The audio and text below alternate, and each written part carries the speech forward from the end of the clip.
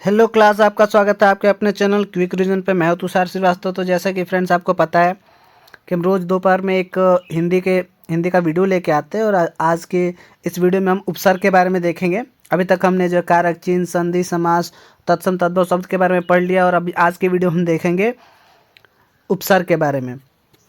ठीक है, तो ज़्यादा समय बर्बाद नहीं करते, चलिए शुरू करते हैं। तो सबसे पहले समझने वाली बात यह है कि उपसर्ग कहते किसे हैं। ठीक है, तो उपसर्ग उपसर्ग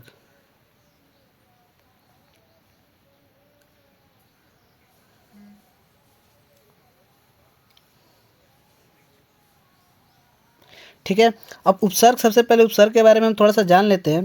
क्या रहा है कि उपसर्ग वे शब्द होते हैं जो किसी शब्द के आरंभ में लगकर उनके अर्थ में विशेषता ला देते हैं। कहने का मतलब ये है कि किसी के स्टार्टिंग में कोई शब्द जुड़ जाता है और जुड़ने के कारण जो उसमें क्या जाता है, कुछ विशेषता हो जाता है, उसी के उसको क्या कहते हैं, हम उपसर्ग कहते हैं। यानी किसी शब्द के प्रारंभ में लगकर, कहाँ लग के, प्रारंभ में या आरंभ, इसको कह सकते हैं। आरंभ कहिए, प्रारंभ करिए, दोनों बात क्या है, एक है। यानी आरंभ में लगकर, यानी शुरुआत में लगेगा। ठीक है, आरंभ में लगकर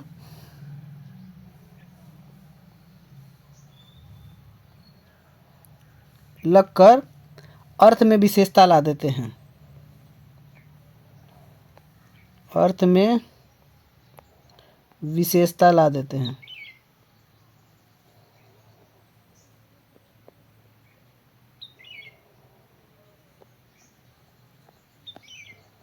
ला देते हैं। ठीक है, यानी वे शब्द जो किसी भी शब्द के आरंभ में लगकर उसमें विशेषता ला देते हैं, उसको हम क्या कहते हैं, उपसर्ग कहते हैं। अब हम देखते हैं कि उपसर्ग कितने प्रकार के होते हैं। तो पहले जो हमारा है, देखिए, इसको उपसर्ग के प्रकार नहीं कहेंगे। इसको जैसे आप देखिए कि इसको संस्कृत में तो उपसर्ग जो है तीन प्रकार के, एक संस्कृत के हो जाएंगे, एक हिंदी के हो जाएंगे और एक उर्दू के हो जाएंगे। ठीक है, तो पहले किसके हो जाएंगे, संस्कृत के। ठीक है, संस्कृत के उपसर्ग। ठीक है, संस्कृत के उपसर्ग। दूसरे नंबर पे हमारा आ जाएगा हिंदी के उपसर्ग। ठीक है, यानी हिंदी के कुछ ऐसे शब्द हैं जो हिंदी के हैं और उसको जो है उपसर्ग के रूप में हम क्या करते हैं, काम में लेते हैं। तो क्या हो गया, हिंदी के उपसर्ग। और तीसरा नंबर हमारा आता है उर्दू के, यानी कुछ उर्दू के भी ऐसे शब्द हैं जिसको हम क्या लाते हैं और उपसर्ग के रूप में जो है प्रयोग करते हैं, इसलिए क्या हो गया, वो उर्दू के उपसर्ग हो गया। तो यानी हमने उपसर्ग को जो है तीन रूप से हमको पढ़ना है। ठीक है, पहला हम देखेंगे संस्कृत के रूप में, दूसरा हम देखेंगे हिंदी के रूप में और तीसरा हम देखेंगे उर्दू के रूप में। यानी हमने टोटल देख लिया कि जो किसी शब्द के आरंभ में लगकर एक जो अर्थ में विशेषता ला देते हैं उसे हम उपसर्ग कहते हैं। ठीक है, और उस उपसर्गों को है तीन प्रकार से हमने तीन रूप में इसको विभाजित किया है। पहले हमने विभाजित किया है संस्कृत में, हिंदी में और उर्दू में। ठीक है, अब यहाँ पे हम एक एक करके पहले हम देखेंगे संस्कृत के रूप में। तो हम यहीं पे थोड़ा सा आपको बस हिंट दे रहे हैं कि जो संस्कृत के जो है हमारे जो है उपसर्ग की संख्या जो होती है वो होती है 19। यानी कहीं कहीं 19 लिखा है, कहीं कहीं 22 लिखा है, तब आप इसको 19 ही आप ले लीजिए। ठीक है, 19, यानी जो है हमारे टोटल जो है उपसर्गों की संख्या कितनी है, 19 है।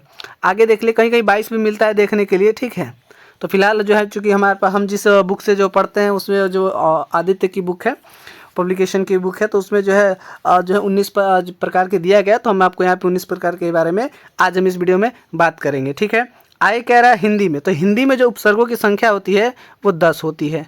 ठीक है, आगे देखते हैं हम उर्दू में, तो उर्दू में जो उपसर्गों की संख्या होती है वो भी क्या होती है, 19 होती है। ठीक है, आप अगर किसी संस्कृत की बुक में देखेंगे, क्योंकि हमारे पास एक संस्कृत की बुक है, उसमें जो है जो उपसर्गों की संख्या जो है, संस्कृत के उपसर्गों की संख्या जो 22 लिखा हुआ है, तो आप 19-22 आप अलग अलग तरीके से ले सकते हैं। ठीक है, तो अभी हमने देखा कि जो है संस्कृत में हमारे उपसर्गों की संख्या 19 या 22 और हिंदी में जो है 10 और जो है उर्दू में जो हमारी 19 है। ठीक है, आखिर ये 19 से 22 अंतर क्या हो जाता है, तो देखिए कुछ ऐसे शब्द हैं जिसमें कुछ बेसिक अंतर है। हम आपको दोनों अंतर जब आप डिटेल में बताएंगे तो वो जो कौन से शब्द हैं जो कि जिनको ये 19 और 22 वाला जो फ़र्क है वो क्यों आ रहा है, आपको इस चीज़ में हम बताएंगे। देखिए संस्कृत में और हिंदी में क्या आता है, अंतर है, उसके बारे में हम आगे बात करते हैं। चलिए आगे देखते हैं हम।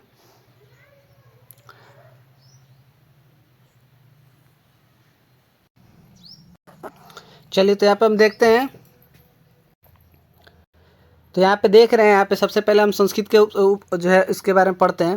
देखिए यहाँ पे लिखा हुआ है संस्कृत में जो उपसर्ग संख्या यहाँ पे दिया हुआ है वो दिया हुआ है 19, ठीक है, और यहाँ पे 22। अब ये 19 और 22 क्यों हो रहा है, हमको इसके पीछे आपको रीज़न बता रहे हैं। देखिए यहाँ पे जो है दुह और दूर, दुस यानी ये सबको चीज़ों को जो है वो हिंदी में उसको एक ही माना गया है। हिंदी में जो है इसको एक माना गया, और आप नीचे भी यहाँ पे देख रहे हैं इसको भी हिंदी में क्या माना गया है, एक ही माना गया है। और इसी के वजह से, और एक होता है अप, ठीक है, जो कि इसमें आपको नहीं मिलेगा। तो अप जो है ये 3 हो गया, एक तो ये हो गया, इसमें दुस और दूर हो गया, और निस और निर हो गया, यानी टोटल मिला के 19 और 3 हमारा क्या हो गया 20, 21 और 22, हमारा 22 हो गया। आप समझ रहे हो क्या क्वेश्चन कर रहे हैं कि यहाँ पे इसीलिए यहाँ पे 19 जो है हिंदी में इन सब को जो है एक ही माना जाता है, ठीक है। निस हो या निर हो, दोनों को हम हिंदी में क्या मान लेते हैं, एक मान लेते हैं, लेकिन संस्कृत में दोनों को अलग अलग माना जाता है। डिटेल में आपको देखने के लिए आप हमारे संधि और समास की वीडियोस भी देख सकते हैं, जहाँ पे इन चीज़ों को संधि और समास में डिटेल में बताया गया है, तो आप चीज़ों को अंतर समझ आए। क्योंकि देखिए यहाँ पे समास काम करने लगता है, जैसे आप अति धन अधिक आप देखेंगे तो अत जो है आधा तो हो जाता है। तो ये चीज़ें हैं, हमने जो है इस चीज़ को संधि में काफ़ी अच्छे से डिटेल में करवाने की कोशिश की है। मैं आपको रिकमेंड करूँगा एक बार उसको ज़रूर देखिएगा आप, ठीक है। तो हमने यहाँ पे समझ लेते हैं पहले बात को कि जैसे हम इसकी बात करें और जो है संस्कृत में उपसर्गों की संख्या कितनी होगी, और संस्कृत के अगर विषय में आप जब बात करेंगे तो वहाँ पे 22 लिखिएगा, लेकिन हिंदी में अगर संस्कृतों के उपसर्गों की संख्या के बारे में बात करेंगे हम तो वहाँ पे आप क्या लिखेंगे 19 लिखेंगे, और ये दोनों का दोनों क्या हो जाएगा, सही हो जाएगा, ठीक है। अब जैसे आप देख लीजिए सारा एक एक साथ हम जो है देख लेते हैं। यहाँ से देखिए 1900 कौन कौन से हैं, ठीक है। तो पहले इसको हटा दिया जाए, उसके बाद देखते हैं, ठीक है। माफ़ करिएगा, सारा गायब हो गया था, मुझे इरेज करना चाहिए, ठीक। चलिए यहाँ पे हम देखते हैं, एक एक को डिटेल में देख लेते हैं हम। तो यहाँ पे कह रहा है पहला कह रहा है अति। अति मतलब क्या होता है, अधिक यानी बहुल, यानी जब भी अधिक या बाहुल्य के बारे में हम बात करेंगे तो वो हमारा संस्कृत के अंदर जो आ जाएगा, ठीक है। तो इससे 2-4 एग्जाम्पल के तौर पे हम देख लेते हैं। तो क्या हो जाएगा अति में, अत्याचार हो सकता है, अत्यंत हो सकता है, अतिरिक्त हो सकता है, अति उत्तम हो सकता है, अतिशय हो सकता है। तो यहाँ पे जो चीज़ें हैं, जैसे आप यहाँ पे देखिए इसका एक एग्जाम्पल हो सकता है अत्याचार, ठीक है, अत्याचार। तो अत्याचार जो है इसमें आप देख रहे हैं अत्य लगा है, लेकिन ये अति है क्योंकि यहाँ पे जो है यण संधि हो गया है। तो यण संधि होने की वजह से इसीलिए मैंने इस चीज़ों को इसको जो है संधि पढ़ाने के बाद पढ़ा रहा हूँ, क्योंकि यहाँ पे संधि का कुछ नियम लग रहा है, यण संधि आता है इसके अंदर। तो आप इस चीज़ को देखने के लिए आपको पहले संधि का वीडियो देखना होगा, आपने नहीं देखा तो आप उसको जाके जरूर देखिएगा, ठीक है। तो देखिए क्या कह रहे हैं हम कि यहाँ पे अत्यधिक का मैंने एग्जांपल 2-4 बता दिया। अब आगे देखते हैं अधि। अधि भी सेम उसी तरीके से, अधि मतलब क्या होता है, ऊपर, श्रेष्ठ या समीप, यानी पास के बारे में यहाँ बात कर रहे हैं। तो जो इसका मतलब पास के बारे में, तो अधि हो गया। तो अधि के आप 2-4 एग्जाम्पल देख सकते, जैसे अधिकतम, अध्यात्म, अध्यक्ष, अधिकृत, अधिभार, इस तरीके के शब्द जो आएंगी वो किसके अंदर आ जाती हैं, जो है जैसे आप देख लीजिए अध्यक्ष, यहाँ पे एक शब्द आया अध्यक्ष, ठीक है, अध्यक्ष। अब अध्यक्ष हो गया, तो ये भी जो है हमारे यहाँ पे क्या है, यण संधि, क्योंकि अधि प्लस अक्ष, यहाँ पे इसको मिलाएंगे अधि और प्लस अक्ष, ठीक है, अध्यक्ष हो गया। समझ में आ गया होगा, आई होप। चीज़ों को आप समझाने की हम कोशिश कर रहे हैं और आप समझ रहे होंगे। चलिए आगे देखते हैं हम। आगे कह रहा है अनु। तो अनु जो हो गया, अनु मतलब क्या होता है, पीछे, यानी समीप या पास, सामान के बारे में बात कर रहा है, ठीक है। तो अनु का मतलब क्या हो जाएगा, तो अनु से हम 1-2 एग्जाम्पल देख ले। तो अनु का मतलब क्या हो जाएगा आपका, अनु से हो जाएगा आपका जो है अनुभव हो जाएगा, अनुभव, अनुराग हो जाएगा, ठीक है। इस तरीके से आप और भी 2-4 शब्द आपके अगर दिमाग में आता है तो आप चीज़ों के यहाँ पे लिख सकते हैं, ठीक है। चलिए हम आगे देख लेते हैं। आगे क्या है हमारा, अगला है अप। क्या है, अप है। तो आप अप देखिए यहाँ पे। तो अप जो है हमारा, अप का मतलब क्या होता है, दूर या हीनता विरुद्ध, ठीक है, अप का मतलब होता है। तो अप को मिला करके हम शब्दों को बनाने की कोशिश करेंगे। तो अप से हो जाएगा अपमान। क्या हो जाएगा, अपमान।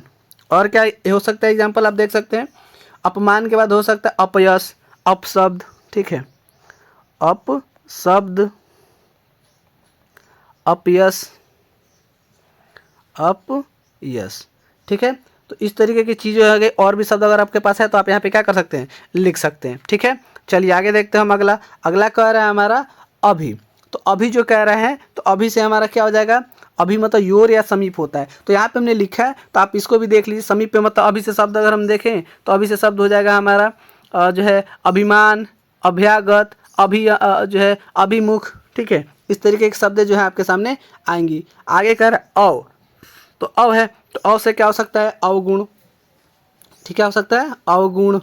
ठीक है, अवगुण हो जाएगा। और क्या हो सकता है, अव से आप सोचिए और आप कमेंट में जरूर लिखिएगा। ठीक है, अवतार भी हो सकता है। ठीक है, अवतार। ठीक है, अगला देखते हैं। अगला कह रहा है आ से तो ढेर सारे ऐसे शब्द होंगे जो आपको मुझे लगता है बता सकते हैं। तो आ के देख लेते हैं, आ का क्या हो जाएगा।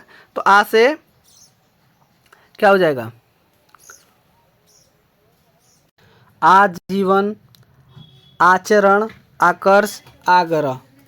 आग्रह, इस तरीके के शब्द जो हैं हमारे आ के अंतर्गत आएंगी। फिर कह रहा है उत्त, कह रहा है तो उत्त से क्या हो सकता है, उत्कर्ष हो सकता है।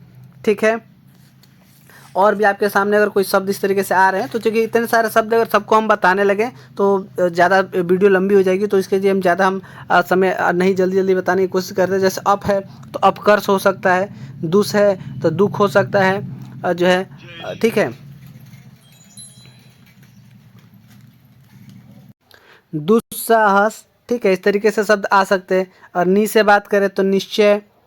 ठीक है, उसके बाद जो निश्चय हो गया, फिर हो सकता है निस्सार हो सकता है, निशंक हो सकता है, निशत्व हो सकता है। ठीक है, उस तरीके से हम यहाँ पे बात करें तो नि से हो जाए निरंकार हो सकता है।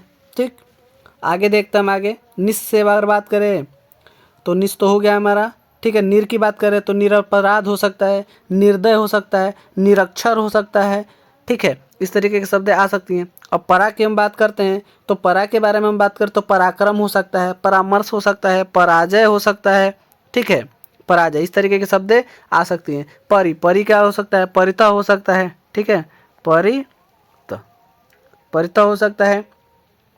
ढेर सारे शब्द है। परित, परिश्रम भी हो सकता है, परिचय हो सकता है, परिचय, परिचय हो सकता है, परिश्रम हो सकता है। और भी शब्द जो है आ सकते हैं। ठीक है, आगे देखते हैं हम।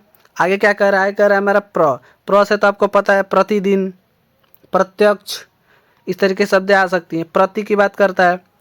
अब यहाँ पे देखिए प्रति की बात कर रहे हैं, तो यहाँ पे प्रति में क्या क्या हो सकता है। जैसे प्र की बात करें तो प्रचार, प्रकार, प्रख्यात। ठीक है, तो ये प्र से आएंगे। थोड़ा सा मैंने गलती प्रति बता दिया उसमें, तो प्रत्येक जो है वो प्रति का हो जाएगा, प्र का नहीं होगा।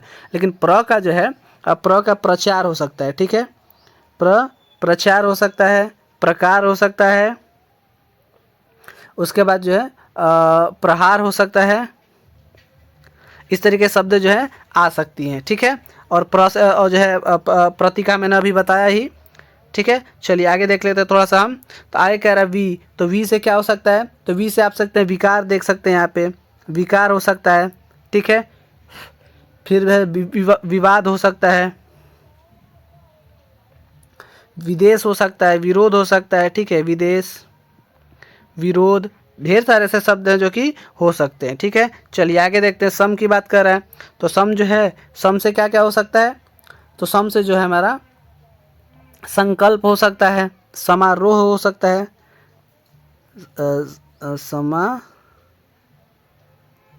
एक मिनट रुक जाइएगा थोड़ा सा।